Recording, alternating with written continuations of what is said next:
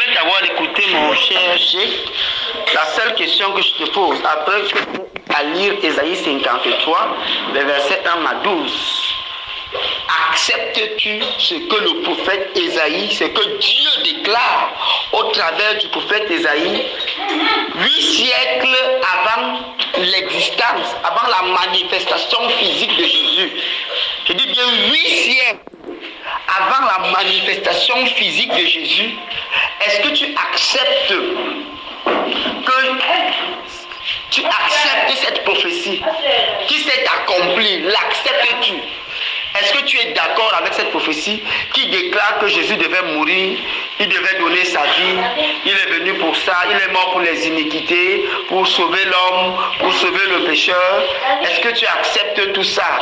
Ce n'est que ta réponse, oui ou non, est-ce que tu acceptes?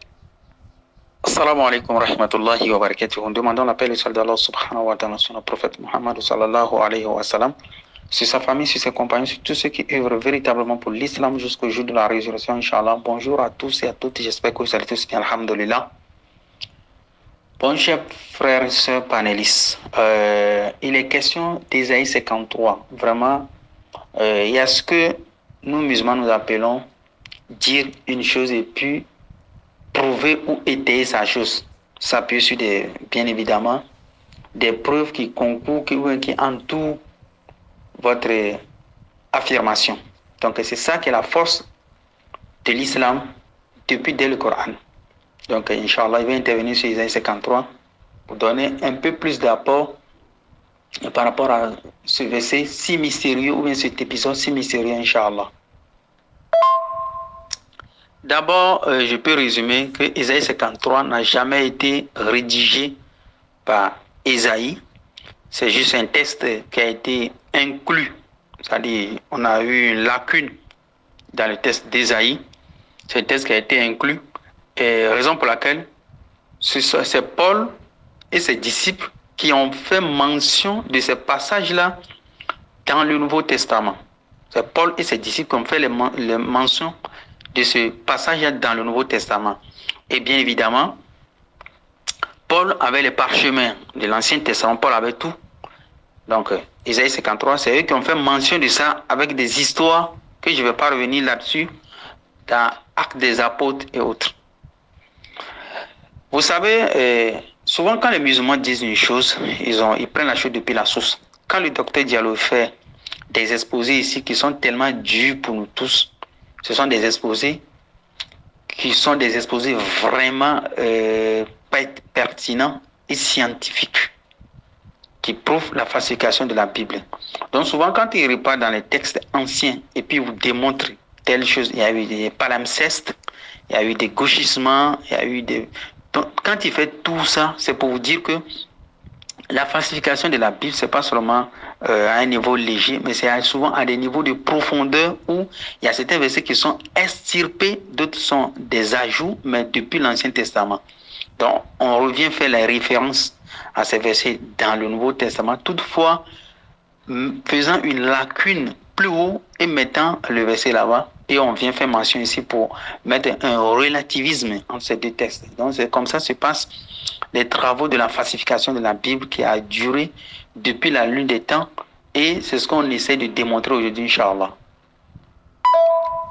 Donc, alhamdulillah, je vais vous dire une chose, il y a ce qu'on appelle l'anachronisme. Et la plupart du temps, j'ai souvent cette habitude de dire à tous ceux qui veulent faire la théologie que la théologie aussi a cette terminologie, elle a son lexique. Quand vous ne comprenez pas un seul mot dans un énoncé ou bien une théorie de la théologie, vous allez rater tout le sens global du texte.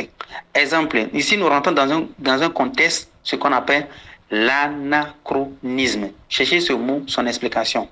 L'anachronisme, c'est le fait de déplacer des situations géographiques d'une histoire, et c'est-à-dire de mélanger, faire le revers de l'histoire. C'est ce qu'on appelle l'anachronisme. Je m'explique. Dans un texte, dans un livre comme par exemple Isaïe, on retrouve dans Isaïe 37, verset 1, l'histoire qui a été écrite par 2 Rois 19, verset 1. 2 Rois 19, verset 1, comme le texte que je vous ai envoyé plus haut, si j'ai fait des erreurs pour me faire signe. Prenez tout votre temps, soyez chrétien ou musulman, prenez tout votre temps de lire ces deux textes. Les deux textes se ressemblent mot pour mot. Bon, on se pose la question, si les deux textes se ressemblent mot pour mot, ce n'est pas une histoire qui a été rédigée, Ésaïe et puis 2 rois n'ont pas fait le même temps. Maintenant, la question qu'on se pose, qui sont des auteurs de 2 rois? Je pense que le pasteur va me dire, qui est l'auteur de 2 rois? Son auteur n'existait pas. Mais on se pose maintenant, d'autres ont dit que c'est Esdras. Maintenant, si nous prenons l'exemple d'Esdras, Esdras a vécu très longtemps avant Ésaïe. Très longtemps avant Ésaïe. N'est-ce pas? Bon, si Esdras avait écrit 2 rois 19, donc ce qui revient à dire que Ésaïe est venu copier le livre d'Esdras, non seulement copier, mais plagier le livre d'Esdras. Est-ce que vous voyez un peu? Parce que deux personnes ne peuvent pas écrire à des époques différentes et puis il y aura les mêmes ponctuations. Ça n'existe même. Même ce qu'on appelle la synopse, la synopse même ne marche pas comme ça. Ça ne marche pas comme ça. Et on peut déplacer des mots, on peut remplacer des mots, on peut donner des synonymes. Mais c'est comme ça, c'est pas tant. Ici, il y a eu une lacune dans le texte d'Ésaïe. Maintenant, on a inclus le texte de 2 rois dans le texte d'Ésaïe et c'est une erreur d'anachronisme. Ça, c'est ce qui prouve que le livre d'Ésaïe n'a pas été préservé, ça a été retouché. Secondo, j'en reviens. Si dans le texte d'Ésaïe existait Ésaïe 61 et Ésaïe 53, nous allons réfléchir ensemble. Ça dit ici dans le texte d'Ésaïe, il existait Ésaïe 61 verset 1 et Ésaïe 53, nous allons réfléchir ensemble. Ces deux textes ont fait ainsi. Ils existent dans le livre d'Ésaïe, d'accord. Dans le livre d'Ésaïe, il est question de Ésaïe 61 verset 1, l'Éternel, l'Esprit du Seigneur sur moi, comme ça. Le texte est rédigé au temps présent. Maintenant, ce texte va être lu par Jésus-Christ dans Luc 4 verset 16. Et les Juifs vont s'étonner pourquoi est-ce qu'ils s'approprient de cette prophétie.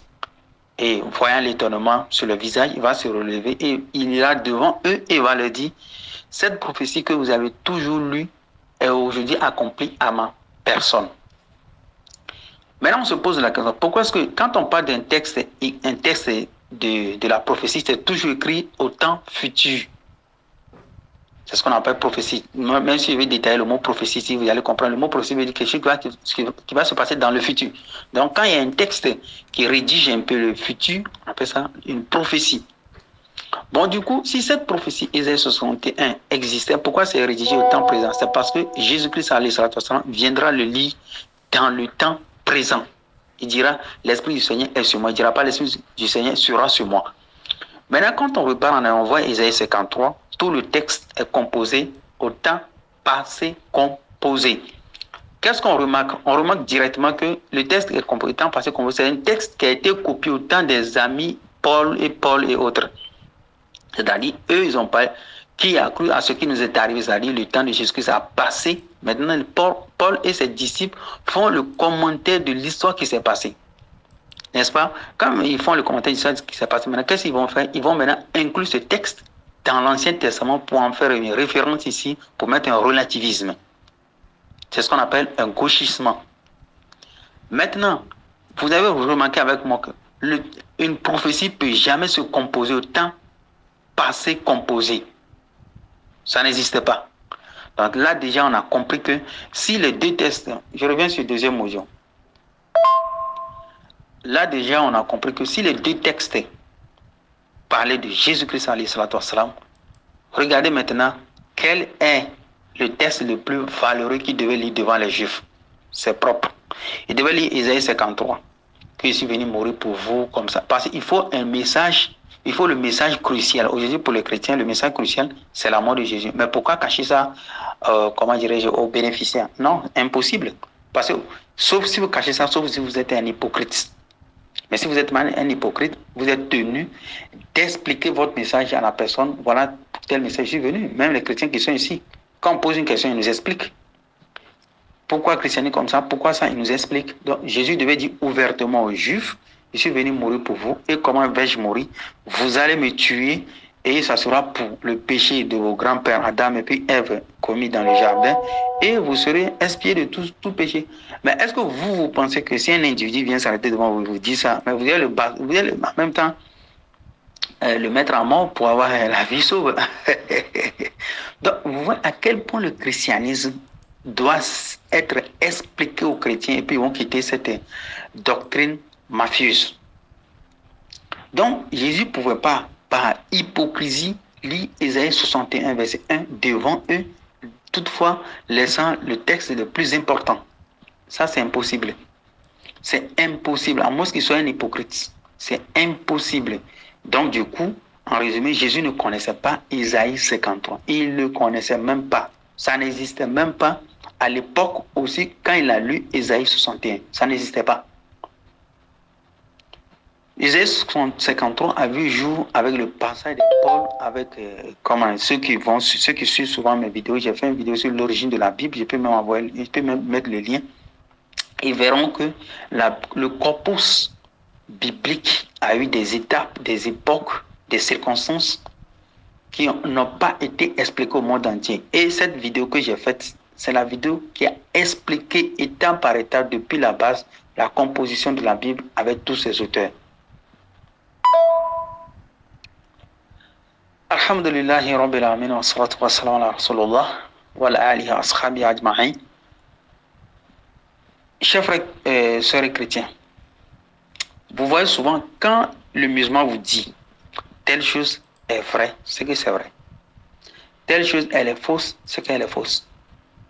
Nous, quand nous parlons de la Bible, nous n'accusons pas la Bible. La Bible s'accuse d'elle-même. Nous l'interrogeons. Nous interrogeons la Bible. Donc bref, Ésaïe 53 n'a jamais été un texte authentique d'Ésaïe. Non, ça n'existait pas. Même le texte Ésaïe qui a été retrouvé à Qumran, sur le site de Qumran, n'a pas encore été déchiffré parce qu'il y a une large différence. Et comme le texte de Jérémie, on a retrouvé plein de choses qui n'existaient pas aujourd'hui qui existent aujourd'hui dans ces livres que nous avons, mais qui n'existaient pas dans ce manuscrit. Mais pour publier ce manuscrit, ils nous ont donné plus de cinquantaine d'années pour pouvoir en publier. Est-ce normal? Donc, ne voyez pas la Bible, vous tombez sur vous avez votre âme qui doit être sauvée. Ce ne sont pas des discours mielleux qui vont vous faire entrer dans le paradis. Non. C'est votre vérité, c'est votre pratique, c'est votre orientation qui va faire entrer dans le paradis. Des discours mielleux, tout le monde en a. Donc, Ésaïe 53 ne peut jamais être un texte authentique. Jamais. Ça ne peut pas exister. Si un chrétien dans ce groupe, s'il y a un chrétien dans ce groupe qui pense que le texte Ésaïe doit être authentique, je l'attends avec une seule preuve devant tout le panel. Je ne veux pas des bavardages, je ne veux pas des idéologies. Je ne veux pas des bavardages ni des idéologies.